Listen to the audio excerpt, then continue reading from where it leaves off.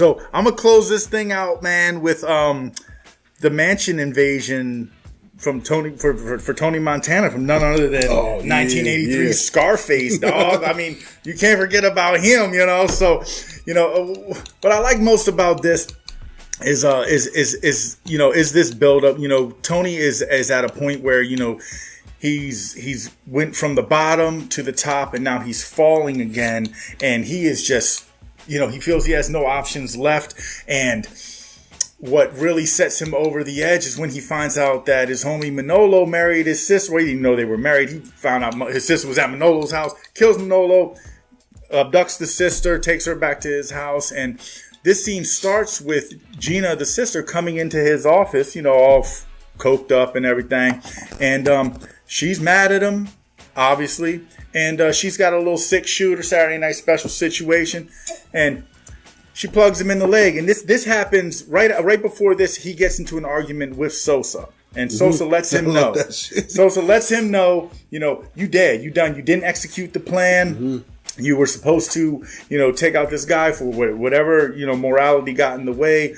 You know, that's not going to cut. That's not going to cut it. We taking you out. So he's like, oh, you want to go to war? We're going to go to war. Cool. But he didn't anticipate this kind of war. So with him then being blindsided by what was going on with his sister, Gina shoots him in the leg. He eats that, you know what I'm saying? And then as the mansion is now getting swarmed by people, you know what I'm saying? He got like one or two guys left. Yeah, that's it. He's only got a couple henchmen left. And the mansion is getting swarmed. And what ends up happening is one of them shoots Gina through the window. And so he takes him out with ease. That's cool. No problem. And then, you know, he's like, okay, it's time to go to war. So he turns around to the table, snorts whatever's left of this mountain of coke. He gets ready. He didn't even put a dent in that. No, he did not. Looked the same. He put his whole face in it. Looked the same from the moment we seen it, which was way before this happened. Breathed it, ate it, listened to it, did whatever he needed to do. Hit it with a hammer, and it still looked the same. Next thing you know, say hello to his little friend. My man is toting an assault rifle with a grenade launcher hooked to it, blows the door off the hinges, and goes to work. I mean, he starts laying down people left and right. Anyone who was establishing a perimeter up he didn't do bad for someone that was like just coked out of his mind and really not really trying to do no kind of strategy. Yeah, that's the thing. I mean, he's laying down. You know what he was able to do. He was able to take the people out that were you know lined up on the steps, take the people down, you know, at the bottom, and then he was able to take people out as they were coming in the door.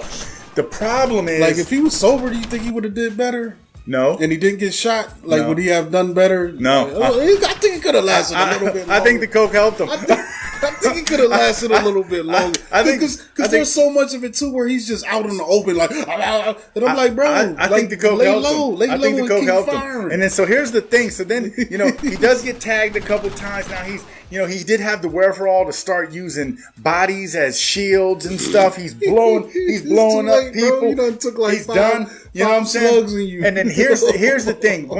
Once he starts eating bullets. Too, why are you talking to them? He starts talking shit. You know, he starts eating bullets, telling me, "Oh, your bullets! I eat your bullets! I eat your bullets!" Man. You know, he's talking shit. And then here's the thing: what I love about this scene more than anything is for a brief moment, for a brief second.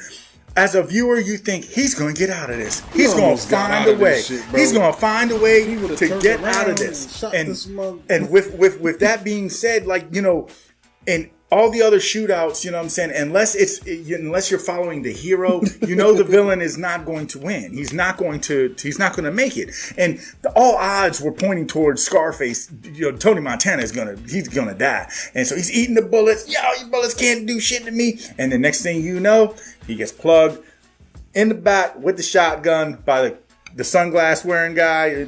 My man just creeps in through the open window with the cool sunglasses on. Kind of looked like the Terminator slightly. Plugs him with the shotgun, shoots him in the back. Tony Montana falls in the pool. And it's a wrap for him. But man, I love this shootout because it's just so much energy. It's so much energy involved. And you know, like I said, just that glimmer of hope, making us think that he's going to find a way to pull it through. That, you know, that doesn't happen too often in shootout scenes.